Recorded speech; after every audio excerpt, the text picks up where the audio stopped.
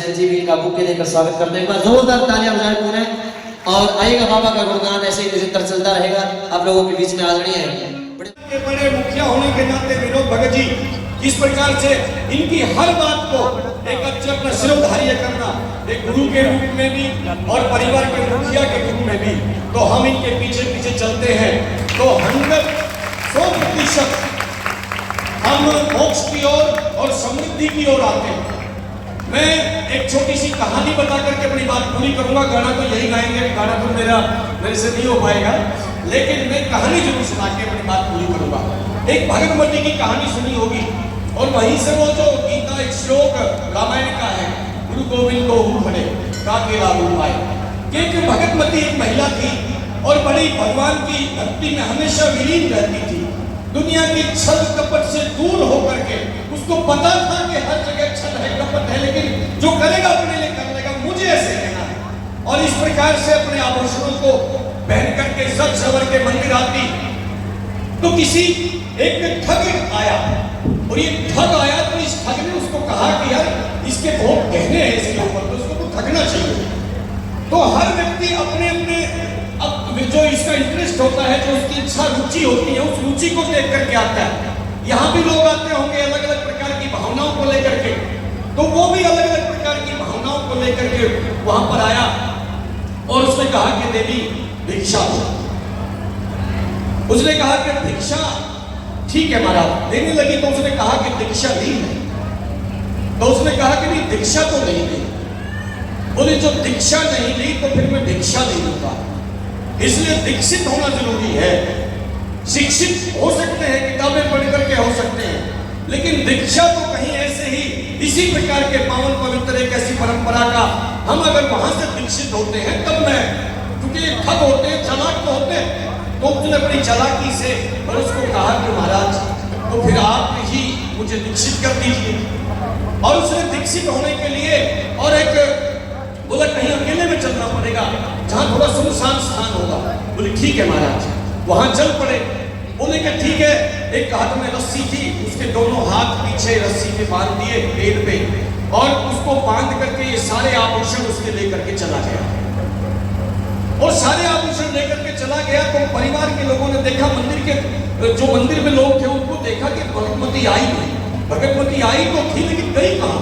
ऐसे करते करते ढूंढा तो कुछ दूरी पर जाकर उसको पेड़ के ऊपर बंधी हुई थी, कोई शरीर में आभूषण नहीं था, वो अपना अपना मकसद पूरा करके चला गया।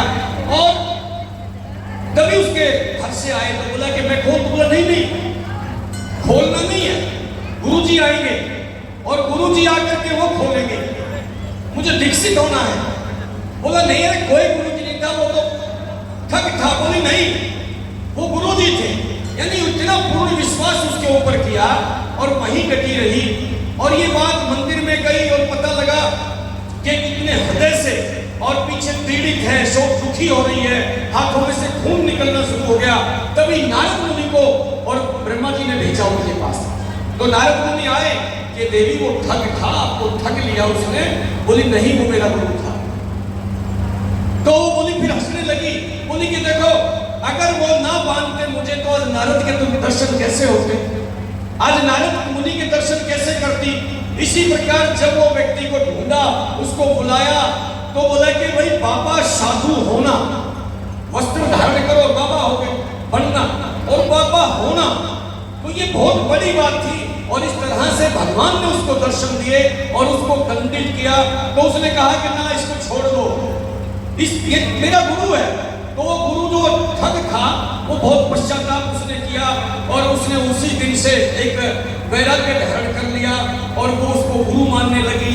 और तब वो जब भगवान इधर खड़े, वो ठग जो गुरु बाद में बना उसका, तब उसने कहा कि गुरु गोविंद को हु खड़े काके लागू पाए, बलिहारी गुरु आपने जो गोविंद को मिलाए। इस प्रकार से हृदय से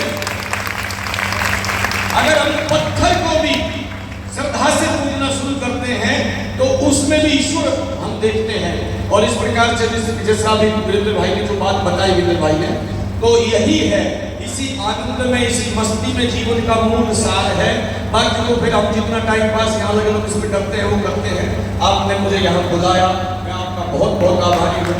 यहाँ मैं दूसरी बार आया हूँ, मुझे बहुत अच्छा लगा। बस अपनी बात अपनी करके अपनी बात पूरी करूँगा। केवल आना, केवल आकर के भक्ति यहाँ माथा टेकना, मांगना, इससे थोड़ा एक कदम आगे बढ़ना चाहिए।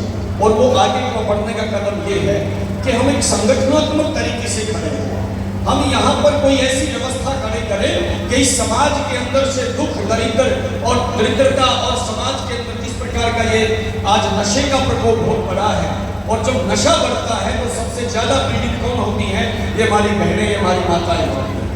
तो इसलिए इस नशे के विरुद्ध अपने इस बाबा जोतराम आश्रम से कोई मुहिम चलनी चाहिए, कोई इस प्रकार की एक लड़ाई चलनी चाहिए कि हम इस समाज को नशा मुक्त बनाएंगे, हम इस समाज को नशा मुक्त बना करके एक अच्छा सभ्य समाज बनाएंगे। बहू बेटी माताओं की इज्जत यहाँ से हो, इस प्रकार का एक समाज बनाने का हम यहाँ से संकल्प लेकर के चलेंगे।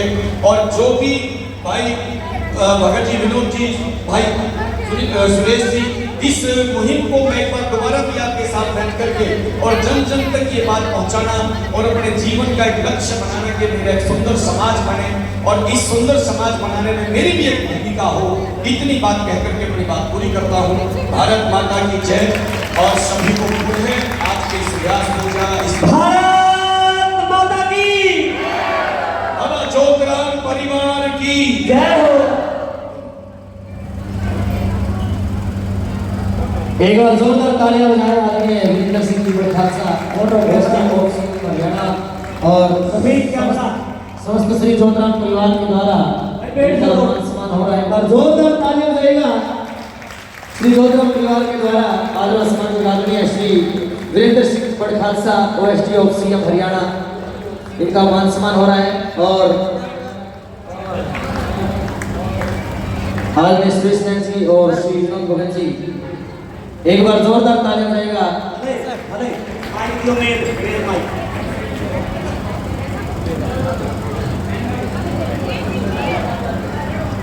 ये मेरा छोटा भाई है। अच्छा, कॉपी चलिए।